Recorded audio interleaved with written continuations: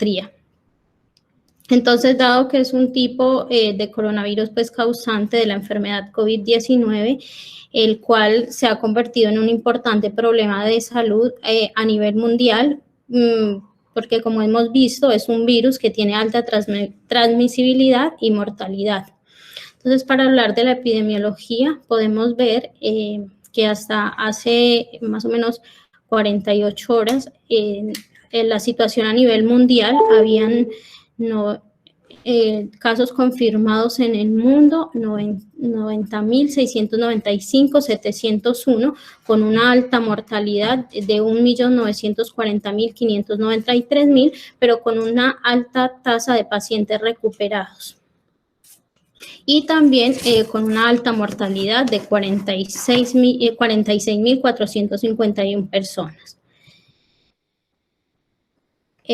Como podemos ver, ya para hablar de epidemiología local, en el Valle del Cauca, a nivel nacional, ocupa el tercer lugar con respecto a la cantidad de pacientes contagiados, y en este momento hay un contagio de 147.826 personas.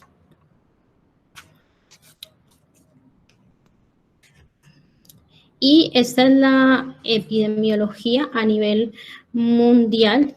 Esa fue sacada el día de hoy. Se dice que tenemos ya 1.831.980 personas confirmados.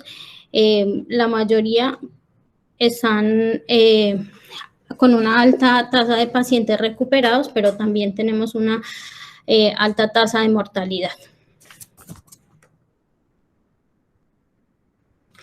Y esta es, para hablar de la epidemiología de pediatría, vemos que en los niños menores de 18 años tenemos hasta el día de ayer, al 14 de enero, 136.441 casos de pacientes confirmados. Como podemos ver, en el transcurso de la pandemia, desde el mes de marzo al día de ayer, al 14 de junio, ha tenido dos picos importantes en pediatría que se dieron entre los meses de junio y julio, y el segundo pico de contagios que se está dando desde diciembre hasta el día de hoy.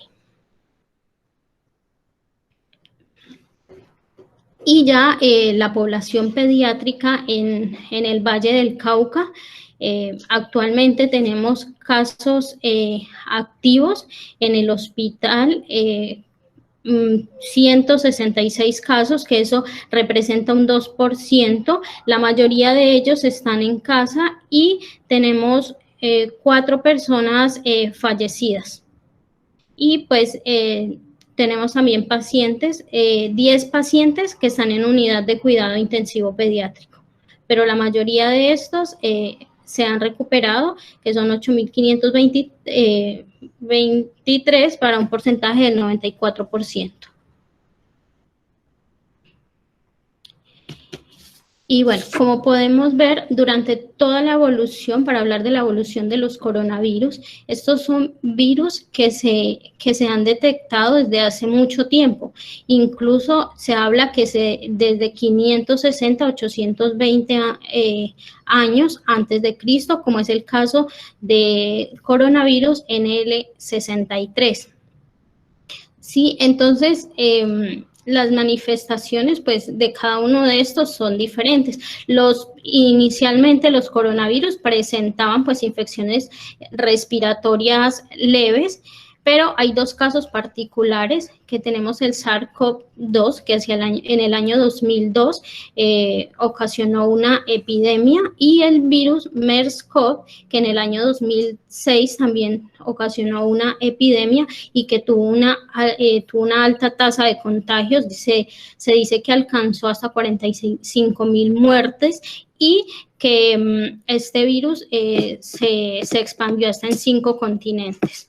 Entonces, lo que se ha visto es que estos coronavirus tienen en común que tienen un hospedero natural, un hospedero intermediario y un hospedero natural intermediario y definitivo. Entonces, como podemos ver en la imagen, al lado izquierdo, casi para todos los coronavirus, el principal hospedero natural es el murciélago, y el hospedero intermediario son diferentes animales, incluyendo los cerdos, los pangolines o los camellos. Entonces, como podemos ver, una diferencia entre estos fue pues las epidemias que fue ocasionada por el SARS-CoV y por el virus MERS-CoV.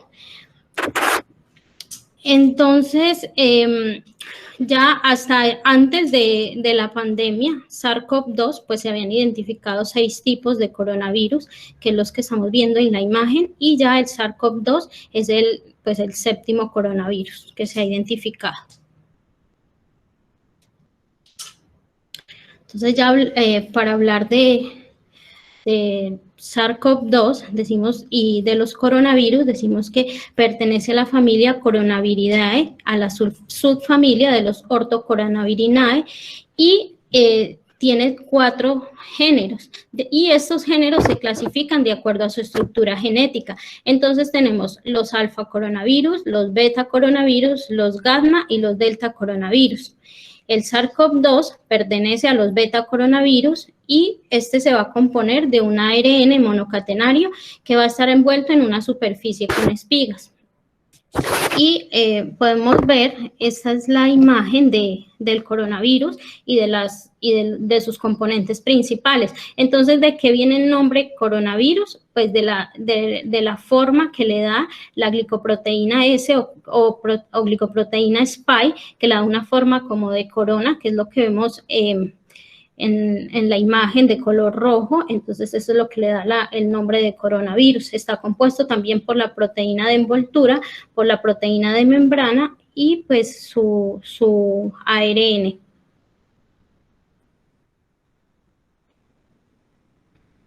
Entonces, un tema que ha cobrado bastante interés en los últimos días, por lo que hemos escuchado, que hay nuevas variantes de SARS-CoV-2, COVID-19. Entonces, ¿por qué se habla de nuevas variantes? Entonces, bueno, se habla voy a explicarles como cuáles son un linaje es como como el grupo total de los coronavirus, ¿sí? Ese es el linaje, es como la descendencia de estos. Y cada uno de estos pues tiene el género, que puede ser alfa, beta, delta o gamma coronavirus. Y ya una cepa ya es cada coronavirus, puede ser el SARS-CoV, el MERS-CoV o el SARS-CoV-2. Entonces, estos coronavirus pues, forman su cepa y tienen la capacidad de expandirse y de crear una infección. Entonces, cuando ellos entran pues al organismo o a su hospedero definitivo, entran al huésped, pues ellos se someten al estrés o al mismo sistema inmunológico de la persona. Entonces, ellos para poder sobrevivir o para poder replicarse, lo que ellos hacen es una mutación. Entonces, las nuevas variantes, pues hasta ahora hay muy poca literatura, solamente se han identificado, pues se tiene que hacer por secuenciación genómica y se habla de 3 nuevas variantes importantes, que es la B117, la 501B2 y la B11248. Entonces, la particularidad se dice que la B117 habla que tiene una capacidad de replicación mucho más rápida que las anteriores, pero eso no quiere decir, o hasta el momento, pues no se ha demostrado que cause mayor mortalidad o que la vacuna no vaya a tener un efecto contra este tipo de variante. Entonces, pues hasta ahora es muy pronto para hablar de esto, pues porque apenas se identificaron en el mes de diciembre, la primera se identificó el 14 de diciembre, Y de lo que se sabe con respecto pues a Latinoamérica, que esta cepa ya ingresó, al primer país que ingresó fue a Chile el 29 de diciembre y también tenemos que ingresó a Brasil el 31 de diciembre y a Ecuador ingresó ahora el 11 de enero. En nuestro país, en Colombia, actualmente no se ha identificado este tipo de variante, pero pues todavía nos queda mucho por ver, por identificar y por estudiar cuál será pues el camino que van a tomar estas nuevas variantes.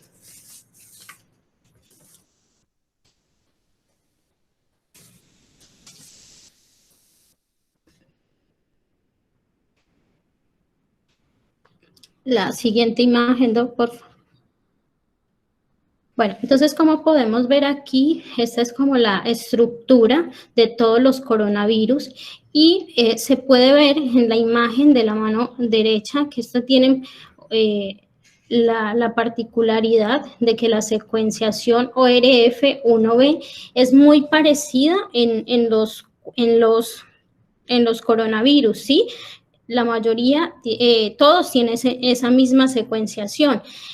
¿En cuál está la diferencia y por qué unos tienen similitud con otros? Como podemos ver en el virus SARS-CoV, en la glicoproteína M hay diferentes variantes como es la 7B, la 8B y la 9B. Y este virus tiene similitud con el MERS-CoV-2, que también en la glicoproteína M y N, que está al final de la imagen, vemos que tiene una variante 8B. Entonces, es aquí donde cuando tienen son como los más nuevos que han aparecido y estos han tenido mayor contagio, entonces tienen la capacidad de producir mayores mutaciones.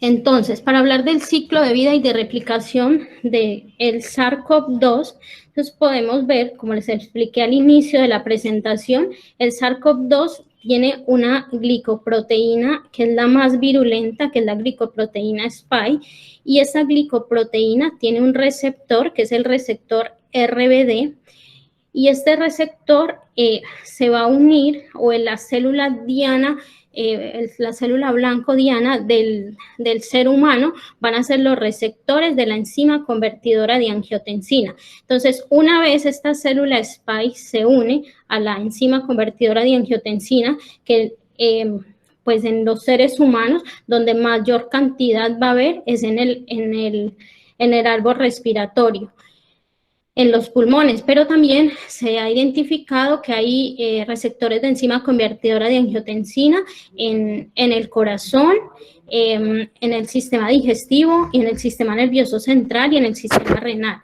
Entonces, este virus entra por endocitosis, una vez entra al citoplasma de la célula, entra al ribosoma. Y cuando entra el ribosoma, él lo que hace es como denudar pues su capa, y entonces ahí es donde es dentro de la célula de los seres humanos, lo que ocurre es que hace una traslación de todo su sistema genómico y se va a replicar con la cadena de ARN. Y una vez se replica, lo que va a hacer es producir una transcripción de todos sus componentes, que son la nucleocápside, las glicoproteínas Spike de membrana y la glicoproteína E. Cuando ha tenido la capacidad de replicarse, forma el genoma, y ya una vez haya formado el genoma dentro de la célula, va a salir por un proceso de exocitosis a seguir infectando nuevas células, y así hace el mismo proceso. Entonces, a medida que se replica, pues se vuelve, y para, como les expliqué, para sobrevivir puede que haga mutaciones, y eso es lo que todavía está en estudio, y está pues estamos viendo qué va a ocurrir, porque no sabemos si son más virulentos o si simplemente tienen mayor capacidad de replicación. La siguiente imagen.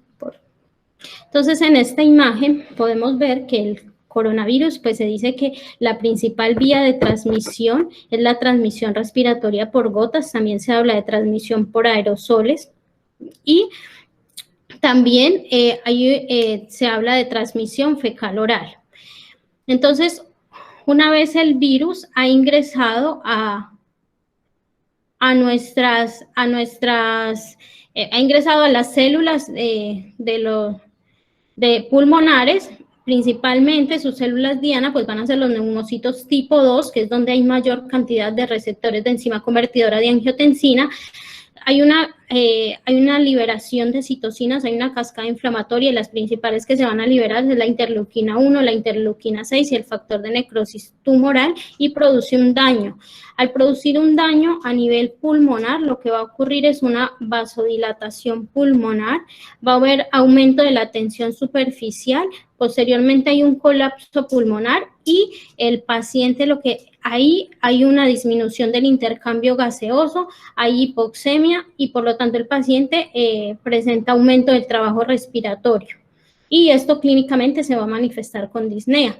¿Cómo va a afectar los demás órganos? Pues la fiebre se va a dar porque hay un aumento en la interleuquina 6, principalmente a nivel del sistema nervioso central.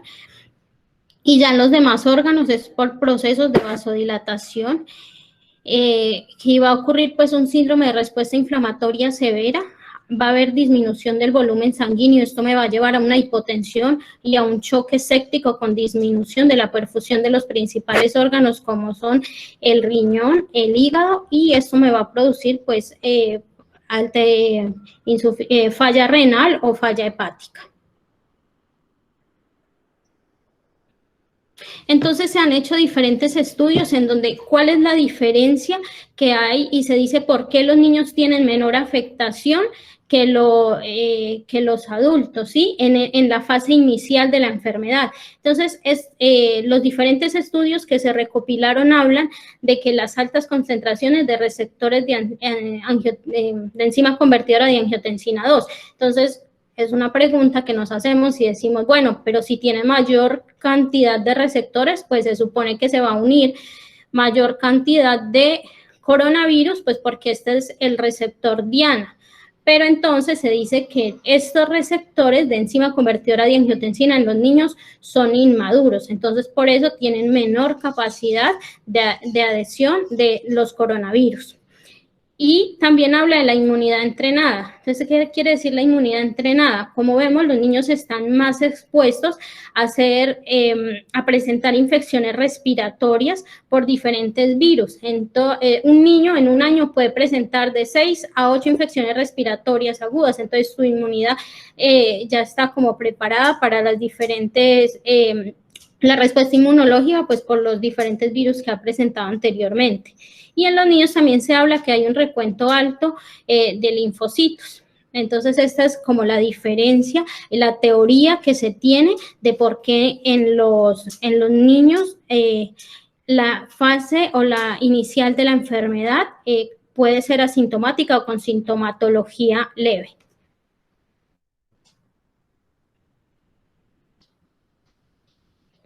Bueno, otro tema de los que hemos oído hablar pues últimamente es de la memoria inmunológica y de la reinfección. Son preguntas que nos hemos hecho, pero pues hasta el momento todavía nos quedan muchas dudas, pues porque no llevamos un año todavía de haber iniciado todo esto y vemos que este tema es muy cambiante. Pero lo que se tiene hasta ahora y los estudios que se han revisado hasta el momento, se dice que sí hay una inmunidad después de la infección.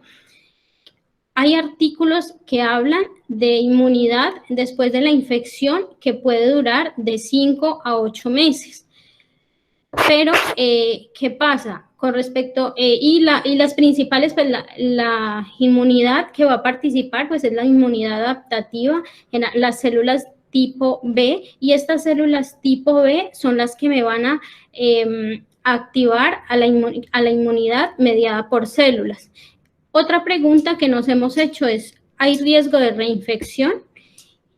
Hasta el momento se dice que sí puede haber riesgo de infección, y entonces, ¿cuál es la explicación que se le da al riesgo de reinfección? Que es la explicación de que los virus están mutando constantemente y ellos ingresar al organismo tienen el sistema inmune crea pues un proceso de estrés y ellos para poder sobrevivir, como lo expliqué anteriormente, pues crean mutaciones. Entonces se dice que sí hay riesgo de infección. Se habla que entre mayor sea o la infección inicial haya sido pues muy grave, que la segunda infección pues va a ser más leve, pero hasta ahora son teorías porque en realidad no hay una cohorte amplia de pacientes donde podamos pues asegurar. Entonces esto es un tema pues que continuaremos estudiando y viendo qué pasa a lo largo del tiempo. Otra población que se habla del riesgo de infección son los pacientes inmunocomprometidos. De los pacientes inmunocomprometidos, mucho se ha visto que en los estudios que se ha hecho, que por ejemplo, una prueba, la RT-PCR, no tiene un aclaramiento rápido del virus, pero esto puede estar asociado a su inmunosupresión. Y para decir que hay reinfección, pues entonces se tiene que hacer una secuenciación genómica e identificar que el tipo o la variante es diferente a la infección primaria. Entonces, esto quedará, pues seguiremos estudiando y seguiremos viendo qué sucede con esto, pero hasta el momento es lo que se ha investigado. Y ya para hablar del cuadro clínico en pediatría, pues podemos ver que la enfermedad tiene 3 fases, que es la fase de incubación, la fase pulmonar y la fase de resolución. La fase de incubación tiene una duración de 10 a 15 días y entonces es cuando el virus ingresa al árbol respiratorio e inicia una rápida replicación, como se explicó previamente. Es una fase que en los niños se ha visto que presenta nulos o escasos síntomas y tiene una capacidad baja de contagio. Y en la fase pulmonar, pues ocurre una respuesta adaptativa al virus. En la mayoría de los afectados es una respuesta leve que se autolimita y se logra un control de la enfermedad. Y esta va a estar mediada por la liberación de interferones desde el sistema inmune. En este periodo va a tener pues una alta contagiosidad y presenta diferentes sintomatología dependiendo de la persona y si tiene o no comorbilidades. Y también se habla que en el 15% de los afectados puede tener una respuesta inmune sin autocontrol y entonces estos niños van a presentar síndrome respiratorio agudo severo y puede tener afectación a órganos vitales. Y ya la fase de resolución ocurre después de 4 semanas desde la inoculación del virus, donde se logra la recuperación pues, de los daños producidos. Pero generalmente, como lo hablamos anteriormente, en la primera fase va a ser sintomatología leve en los niños.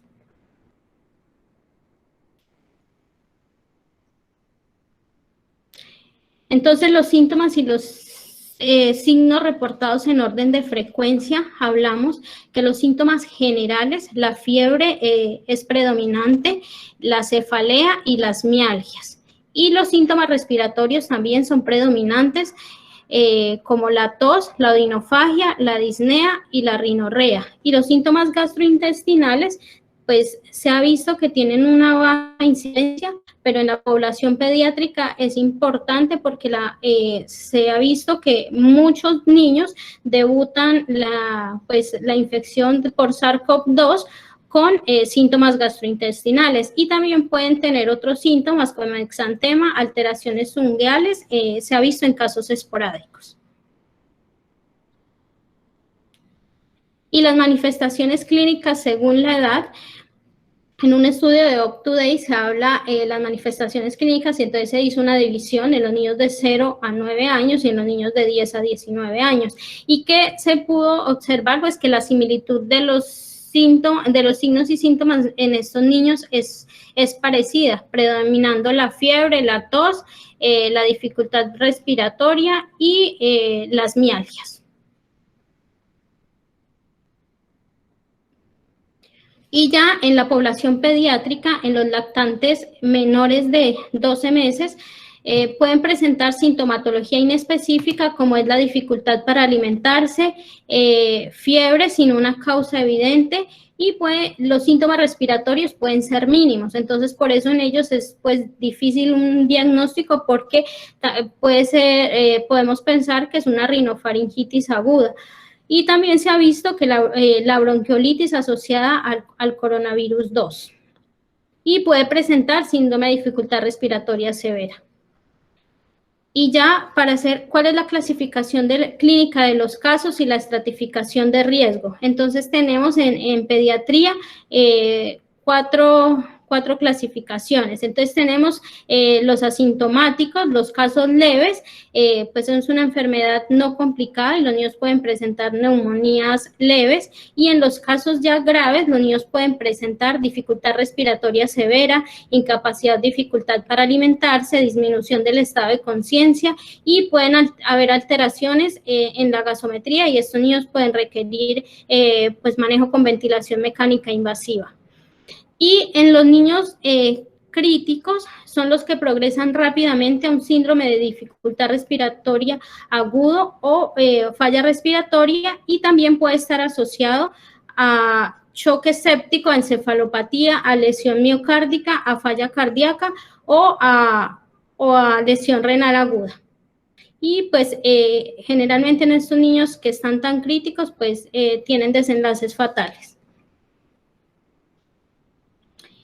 Y la clasificación del SDRA, pues se dice que son niños que requieren ventilación mecánica invasiva, y la clasificación pues se puede dar de acuerdo a las alteraciones gasométricas que tengan o a los parámetros ventilatorios que ellos requieran, y se puede clasificar en leve, moderada o grave.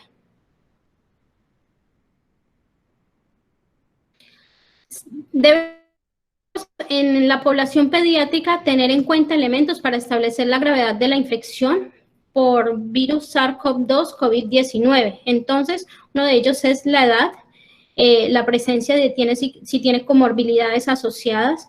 Tenemos que ver datos que encontremos al examen físico, como signos de dificultad respiratoria, si hay trastornos de la oxigenación, si hay un patrón imagenológico, como por ejemplo en los niños en el TAC podemos ver radiografías con vidrio esmerilado, si hay cambios en la alteración de la conciencia, si hay signos de choque como hipoperfusión, o si hay, sospechemos que haya falla multiorgánica o lesión de otros órganos. Y también hay que tener en cuenta cuáles son los factores de riesgo para presentar complicaciones asociadas a la infección por SARS-CoV-2. Entonces tenemos en niños que hayan tenido contacto con un caso de COVID-19 severo, eso se cuenta como un factor de riesgo. Niños que tengan cardiopatías congénitas, enfermedad renal crónica, desnutrición, diabetes, inmunodeficiencia, ya sea inmunodeficiencia adquirida o inmunodeficiencia por medicación. Eso es importante que tengamos en cuenta en el interrogatorio. Pacientes, y los niños menores de 3 meses, la edad se dice que tienen alto riesgo de presentar complicaciones.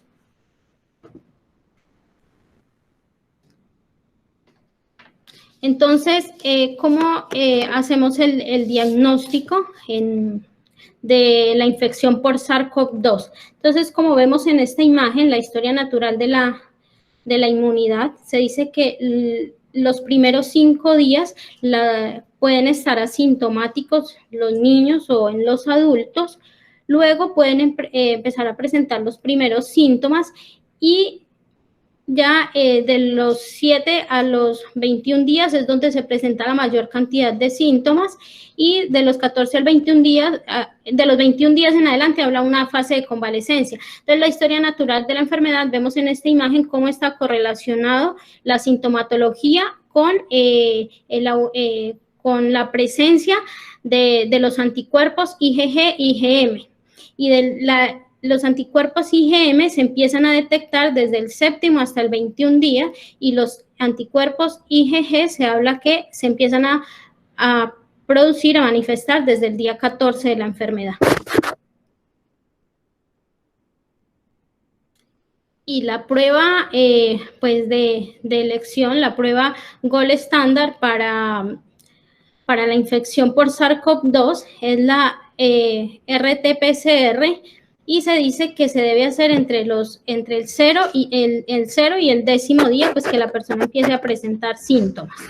Y la siguiente imagen, por favor, doctor.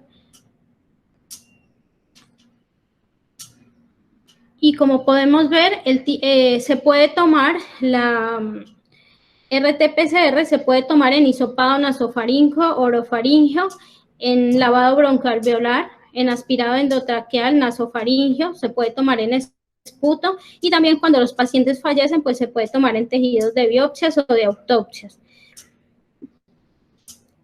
Y la otra prueba es la prueba de detección de antígeno, que se hace es orofaríngeo y se puede hacer en los primeros 7 días de que los niños o pues las personas adultas presenten la infección. Se dice que debe tomarse en un tubo que mide aproximadamente 1.5 milímetros y pues debe tener como esas pruebas generalmente se mandan a otras instituciones para ser procesadas, pues debe tener un contenedor primario, secundario y terciario donde se puedan empaquetar para que pues se conserve la calidad de la muestra. Y las pruebas serológicas para detección de anticuerpos IgG o IgM, o también se pueden tomar las dos combinadas, pues como vimos, los anticuerpos IgG empiezan a aparecer en el séptimo día, IgM en el séptimo día y los IgG a partir más o menos del 10 o el 14 días. Entonces estos pues, ¿qué prueba voy a elegir para hacer el diagnóstico? Pues eso depende, individualizar a cada paciente la sintomatología o la gravedad que presente y que estoy buscando, si necesito descartar la enfermedad o si necesito, si está asociada pues a otra enfermedad. Y otra pregunta importante es ¿en qué momento se debe solicitar un panel respiratorio de detección molecular que incluya SARS-CoV-2? Pues estas pruebas se utilizan generalmente en pacientes hospitalizados con sospecha de infección por SARS-CoV-2 y se lo hace como una alternativa diagnóstica. ¿Por qué? Porque estos paneles respiratorios me van a identificar otros virus, incluyendo el SARS-CoV-2. Y esto pues debe ser protocolizado por cada institución y también individualizado para cada paciente. Se toma generalmente en pacientes que presentan dificultad respiratoria severa y necesitamos pues descartar infección por SARS-CoV-2 o si hay otro virus concomitante que esté desencadenando la infección respiratoria severa en los niños. Y para hablar del manejo, pues recientemente salió un comunicado el 12 de enero del presente año de la Asociación Colombiana de Infectología, donde no se recomienda ningún medicamento para tanto ni para pacientes adultos ni para niños que haya sido demostrado que pueda ocasionar mejoría en los pacientes. Entonces es importante tener en cuenta esto, llamar a la calma y que existen protocolos en pacientes graves que se deben individualizar y que los voy a explicar a continuación, pero en los pacientes que presenten sintomatología leve o pacientes asintomáticos, pues no requieren tomar ningún medicamento.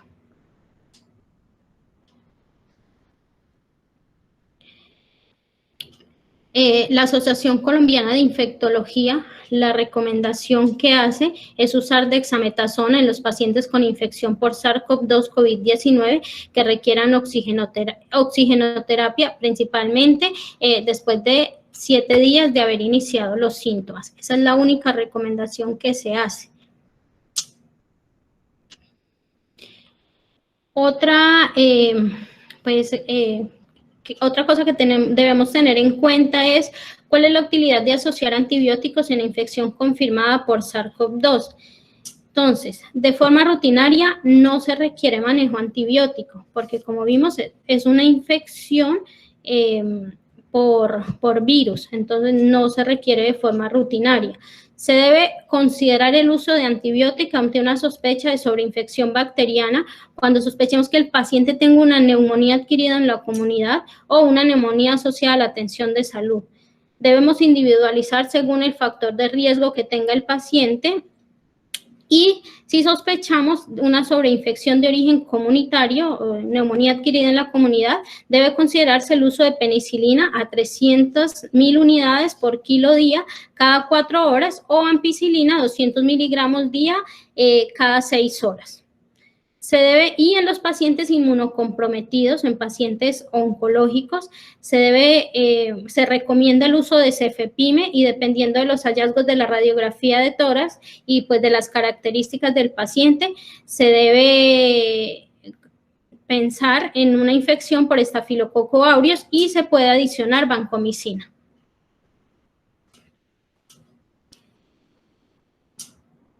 Entonces, ¿cuál es el criterio de curación y de alta hospitalaria en niños o adolescentes con infección por SARS-CoV-2 COVID-19?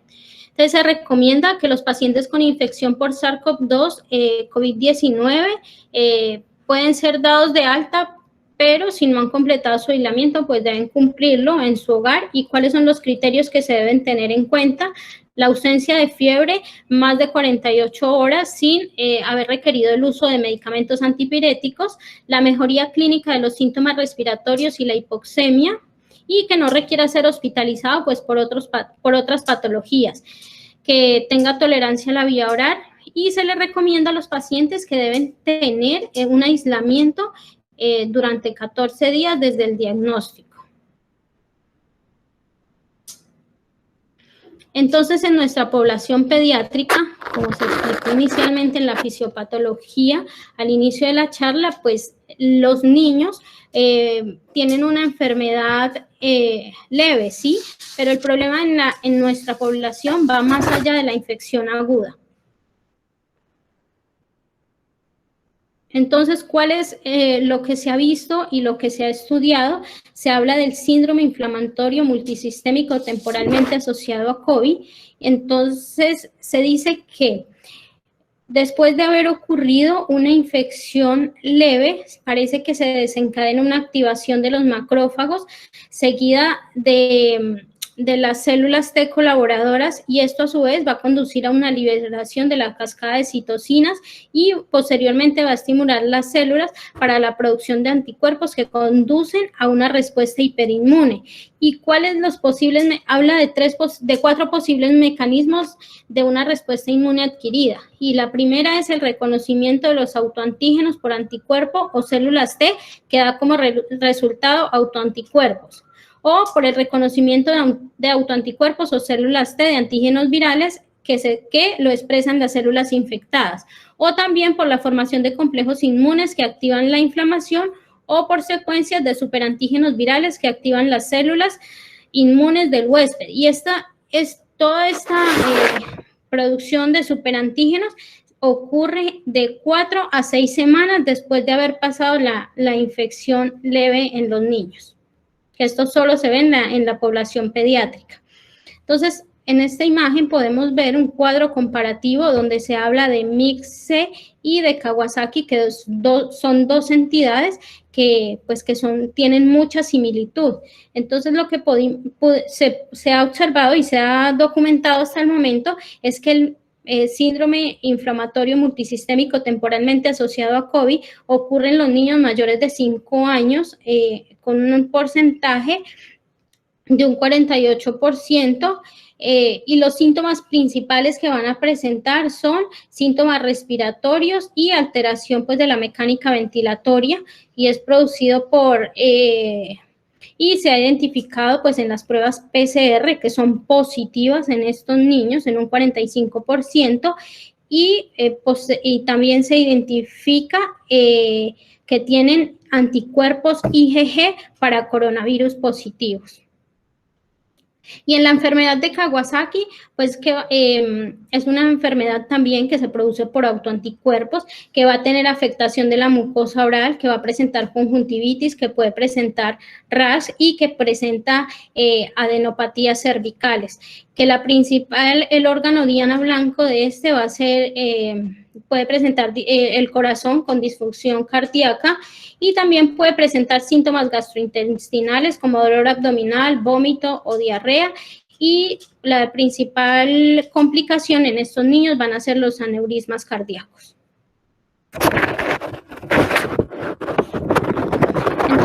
hay varias definiciones que se han utilizado para hablar de síndrome multisistémico temporalmente asociado a COVID, tanto la CDC como el Royal College, y pues la de la OMS, que fue adoptada por la CIN y de la que les voy a hablar a continuación. Entonces dice que son niños y adolescentes que están en un rango de edad comprendido entre los 0 y 19 años, con fiebre mayor o igual a 3 días y que va a tener una elevación marcada de los reactantes de fase aguda, que es la BCG, PCR y procalcitonina, y además de esto que tenga 2 de los siguientes hallazgos: que tenga brote o conjuntivitis no purulenta o inflamación mucocutánea, ya sea en boca, manos o pies, pacientes que cursen o con hipotensión o choque, pacientes que tengan características de disfunción miocárdica como pericarditis, valvulitis o anormalidades coronarias, incluyendo anormalidades que puedan encontrarse en el ecocardiograma, elevación de la troponina o del ProBNP. También puede estar acompañado de evidencia de alteraciones de la coagulación con tanto los tiempos de coagulación o como el dímero D elevado, o que presente síntomas gastrointestinales agudos como diarrea, vómito, dolor abdominal. Y se debe tener en cuenta que debe haber ausencia de otras etiologías infecciosas y de inflamación, y también con evidencia pues de una prueba de reacción de cadena polimerasa, transcriptasa reversa, o prueba de serología positiva o que haya tenido un contacto con pacientes con COVID-19 confirmados. ¿Y cuáles son los factores de riesgo que están asociados al síndrome multisistémico inflamatorio temporalmente asociado a COVID? Se dice que habla una edad mayor, con una edad promedio entre 8 y 10 años, que tenga niveles altos de marcadores inflamatorios y de ProBNP. También habla que la raza negra o asiática y los hispanos tienen mayor riesgo de presentar este síndrome en pediatría y que tenga antecedentes de comorbilidades crónicas.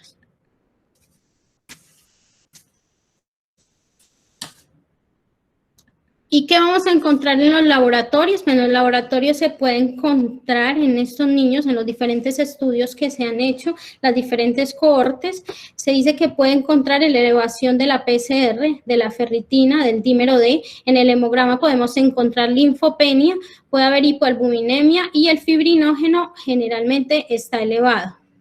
También se puede encontrar que los pacientes pueden cursar con neutrofilia, con anemia, con trombocitopenia o alteraciones de la coagulación, y también podemos encontrar elevación de las interleuquinas 1 y 6 y elevación de la función hepática o de las troponinas y transaminasas. Y en el ecocardiograma o en el electrocardiograma podemos encontrar signos clínicos compatibles con miocarditis, valvulitis, derrame pericárdico o dilatación coronaria. Y en la radiografía o en el TAC de tórax se puede encontrar infiltrados de parches simétricos o puede estar acompañado de derrame pleural. Y en la ecografía abdominal se puede ver pacientes que cursan con colitis, con ileitis, con linfadenopatía, con ascitis o con hepatoesplenomegalia. Y en los principales hallazgos en el ecocardiograma que se encontraron fue el deterioro de la función ventricular izquierda, la dilatación de la arteria coronaria o aneurismas, y también se encontró miocarditis. Entonces, a continuación les voy a hablar de cuál es el tratamiento que se ha recomendado aquí en nuestro país por la Asociación Colombiana de Infectología. Hay muchos estudios que se han hecho, y que habla de diferentes tratamientos, pero pues les voy a hablar del que se adoptó en nuestro país. Entonces, se dice que el tratamiento, cuando hacemos un diagnóstico pues de síndrome multisistémico temporalmente asociado a COVID, pues se debe dar un manejo de soporte. Estos niños deben ser manejados en una unidad de cuidado intensivo pediátrico y en estos niños se usa inmunoglobulina G y la dosis es a 2 gramos por kilo a todos los pacientes que cumplan con los criterios diagnósticos para MIC-C. Si el paciente no mejora con la primera dosis de inmunoglobulina, se dice que se puede colocar una segunda dosis a 2 gramos por kilo en caso de que no haya respuesta a las 36 horas. Y este puede estar asociado o no a esteroide y se coloca una dosis baja, se da por vía oral si el paciente lo permite o si no, pues se da endovenoso. Y la dosis es de 1 miligramo por kilo día. Cuando el paciente presenta choque asociado a MIC-C, se pueden colocar pulsos de metilprednisolona a una dosis de 30 miligramos por kilo día durante 3 días y también se puede colocar aspirina a dosis antiinflamatorias de 30 a 50 miligramos por kilo día en 4 dosis hasta que haya un control de la fiebre, siempre y cuando el paciente no tenga trombocitopenia, sangrado gastrointestinal o alteración de las pruebas de función hepática. No, la anterior, por favor. Y también se dice que se puede colocar aspirina como dosis antiagregante, ya es una dosis más baja de 3 a 5 miligramos por kilo día, una vez se haya controlado la fiebre por más de 48 horas, en caso de que haya trombocitosis o dilatación de las arterias coronarias o hasta la resolución. Y al terminar los pulsos de esteroides, se sugiere dejar una dosis baja de esteroide que se irá disminuyendo en el lapso de 2 a 3 semanas. Y previo al uso de esteroides, el paciente debe recibir manejo antiparasitario con albendazol o con ivermectina, pero solamente si se usan los esteroides. Y también se habla del uso de medicamentos inmunomoduladores como el tocilizumab para el manejo de pacientes que presenten falla a los 2 ciclos de manejo con inmunoglobulina G. Y el seguimiento de estos pacientes, cuando ya pues logran superar esta enfermedad, se debe hacer un seguimiento multidisciplinario con la participación de pediatría, infectología, reumatología y pues si ha tenido compromiso de otros órganos, pues se debe solicitar el manejo por otras especialidades. Pero el manejo debe ser continuo y por un periodo largo de tiempo, pues porque hasta el momento debemos hacer seguimiento hasta que veamos qué suceda con todo esto o cuáles son las complicaciones que puedan presentar a futuro, pues porque esto es algo muy reciente todavía. Y ya las recomendaciones para otra población pediátrica, que son los neonatos, pues voy a hablarle de las recomendaciones de la Sociedad Española de Neonatología y se dice que no hay más complicaciones perinatales que la población general, no hay una evidencia clara de la transmisión vertical y pues no muestran formas graves de la enfermedad y pueden presentar sintomatología inespecífica, pueden presentar síntomas respiratorios, neurológicos o inestabilidad térmica y pues para esta población tampoco existe medicación específica frente al SARS-CoV-2. Entonces, este es un algoritmo que se recomienda para el manejo perinatal del recién nacido de madre con sospecha de COVID-19. Entonces, si la madre está con COVID-19 y el niño está asintomático, pues se dice que se debe favorecer el alojamiento conjunto, se le debe hacer un test de COVID-19 y si sale negativo, pues descartamos la infección. Y si sale positivo, pues se debe favorecer el alojamiento conjunto, pues con la madre y teniendo en cuenta las medidas de aislamiento y hacer una vigilancia clínica hasta que se le dé el alta al paciente. Y si el recién nacido está asintomático, pues también se le debe hacer la prueba y se debe descartar la infección y el manejo sería igual que en el paciente asintomático. Y si la madre es negativa, pues si no hay otros problemas por los que el niño requiera el ingreso, pues se puede dar el egreso con la mamá si no presenta ninguna sintomatología.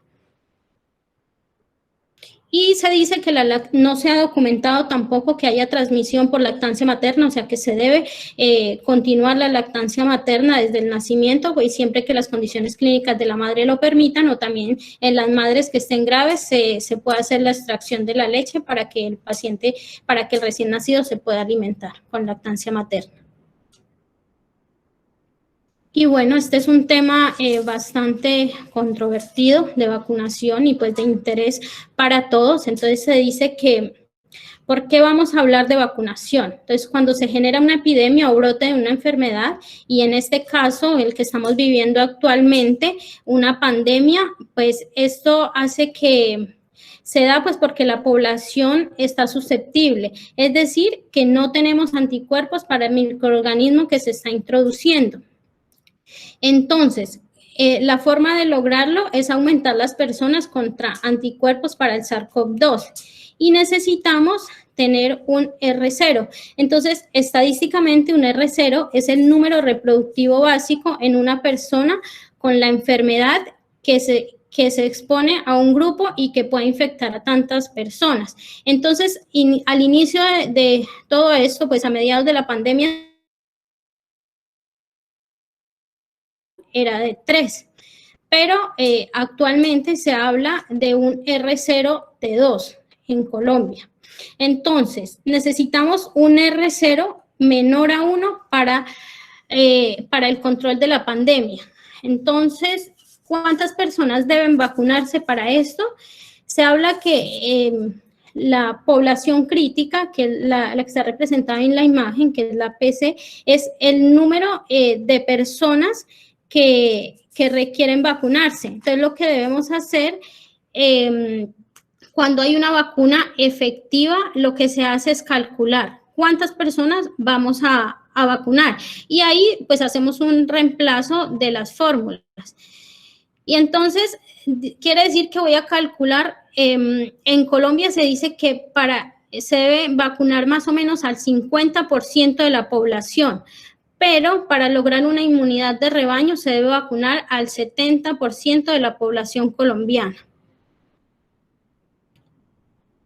Entonces, el Ministerio de Salud y Protección en Colombia ha determinado 3 fases, y la primera fase, ¿qué busca en la primera fase? Reducir la mortalidad por COVID-19, reducir las incidencias de caso grave por COVID-19 y proteger al talento humano en salud. Entonces, la primera fase tiene 3 etapas, y la primera etapa es vacunar a todos los trabajadores de la salud que están apoyo en primera línea para combatir la pandemia, y al 100% de la población de personas de 80 años y más. Y en la segunda etapa, vacunar a las personas entre 60 y 79 años y el 100% de los trabajadores de la salud que están en segunda y tercera línea. Y ya la tercera etapa, pues, es vacunar a la población entre 16 y 59 años que presenten comorbilidades, y al 100% de los profesores de la educación básica, primaria, secundaria o media. Y ya la segunda fase lo que busca es reducir el contagio. Y en esta fase se van a vacunar a los 100% de los cuidadores institucionales, ya sea en hogares de ancianos o en hogares de niños, y la población que ocupe alto riesgo, como por ejemplo donde puedan ocurrir brotes, donde hay conglomerado de personas, como son los policías, los militares, el INPEC, o pues personas que estén en la cárcel. Y en la etapa 5 se va a vacunar a la población entre 16 y 59 años.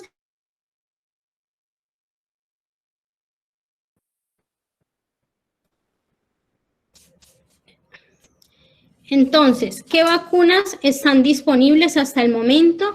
Pues hay muchas vacunas, pero yo les voy a hablar pues de las 3 principales donde pues y son las que se van a introducir en Colombia. Entonces, la vacuna de Pfizer y de Moderna tienen en común que estas están basadas en, pues, su composición en ARN, ¿sí? Esto quiere decir que no tienen el virus completo, sino que tienen una partícula de ARN del virus que me va a codificar la proteína S o spike, que es la más virulenta. Y un ejemplo de nuestro esquema de vacunación es la vacuna de la hepatitis B, que está formada de igual, tiene la misma composición de un fragmento de ARN.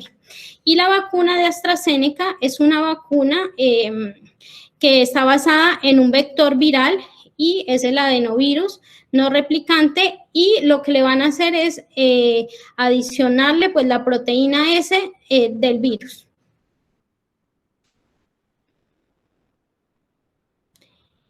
Y esta es como la explicación de cómo la vacuna va a actuar o cómo en nuestro organismo. Entonces, ¿qué se hace? Aquí en la imagen del lado izquierdo se observa pues el virus COVID-19 y lo que se hace es sacar un fragmento de RNA y ese fragmento, pues de ahí es donde se va a unir, se va a producir la vacuna. Entonces, eso se va a introducir, pues la vacuna es lo que lo va a recibir nuestro organismo y eso se va a codificar la proteína S, luego va a codificar las células presentadoras de antígeno y luego va a producir la formación de anticuerpos.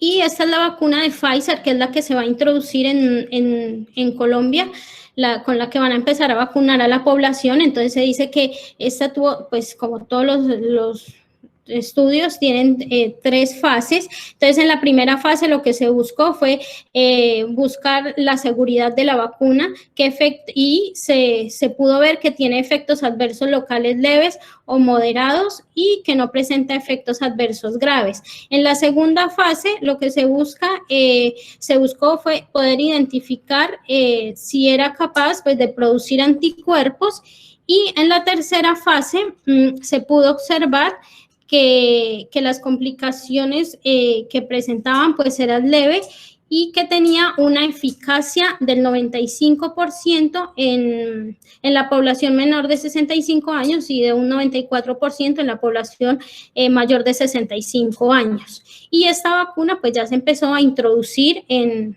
Estados Unidos y el 21 de diciembre fue aprobada por la EMA y actualmente ya está siendo comercializada y aplicada en Europa. Y este es un estudio donde se puede evidenciar que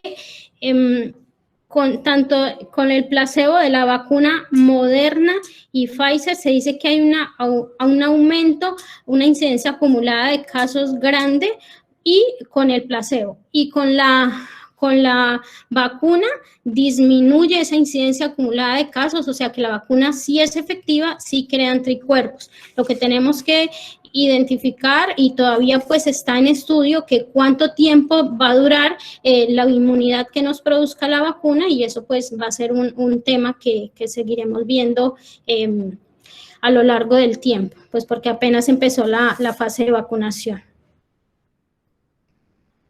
Y pues las medidas de prevención debemos continuarlas, tanto el lavado de manos como el uso del tapabocas y el distanciamiento social, que eso es lo que nos va a seguir protegiendo, pues porque esto es un tema nuevo todavía, pero sí se ha visto que la vacuna tiene efectividad, pero todavía está por estudiarse cuánto tiempo, porque muchas de las vacunas requieren una segunda dosis y como el virus tiene tanta capacidad de mutar, puede ser que, como lo es en la influenza, requiramos una dosis anual de la vacuna, pero eso todavía es tema de estudio que debemos pues ver qué pasa en este tiempo que continúa.